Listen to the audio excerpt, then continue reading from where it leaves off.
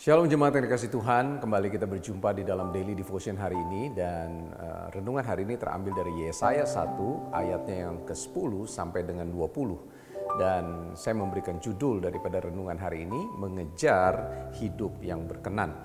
Saudara, ketika kita membaca keseluruhan perikop dari Yesaya 1, maka ada 3 hal Yesaya 1 bisa menerangkan kita. Yang pertama adalah permasalahan akan dosa, dan yang kedua adalah tentang penghakiman atau hukuman, dan yang ketiga adalah mengenai janji restorasi atau pemulihan daripada kehidupan. Ini adalah perkataan daripada Nabi Yesaya yang disampaikan kepada Yehuda, kepada orang-orang percaya yang ada di Yehuda dan Yerusalem pada saat itu.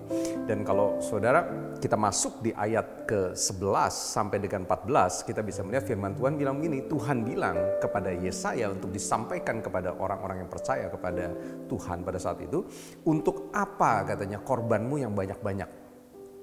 Aku sudah jemu akan korban bakaran berupa domba jantan, akan lemak, anak lembu gemukan, darah lembu jantan, dan domba-domba dan kambing jantan tidak kusukai.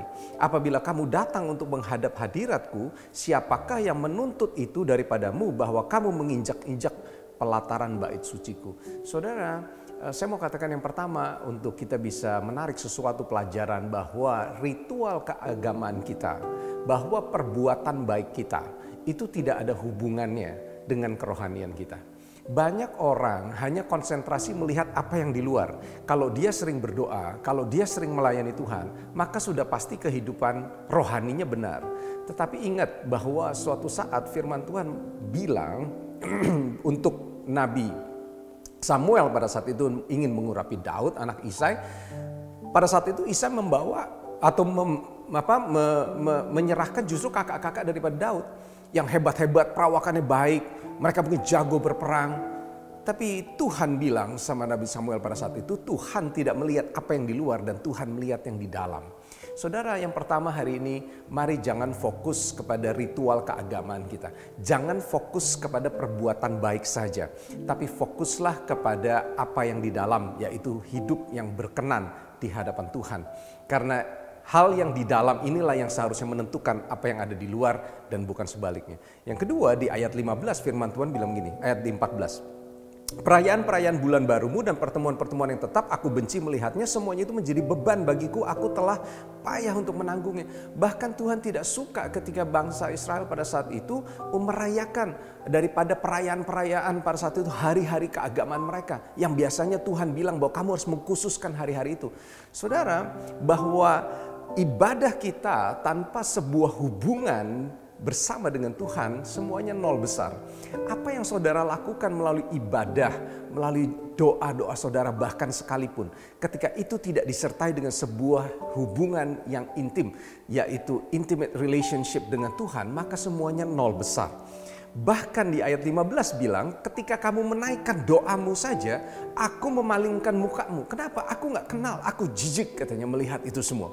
Untuk itu, sebagai penutup saudara, di ayat 16-17 firman Tuhan bilang, basuhlah dirimu dulu, bersihkanlah dirimu, jauhkanlah perbuatanmu yang jahat, dan berhentilah berbuat jahat. Saudara, hari ini mari fokus kepada untuk mengejar hidup yang berkenan. Kita harus dikatakan membasuh, membersihkan, menjauhkan dari depan mataku dan berhenti berbuat jahat.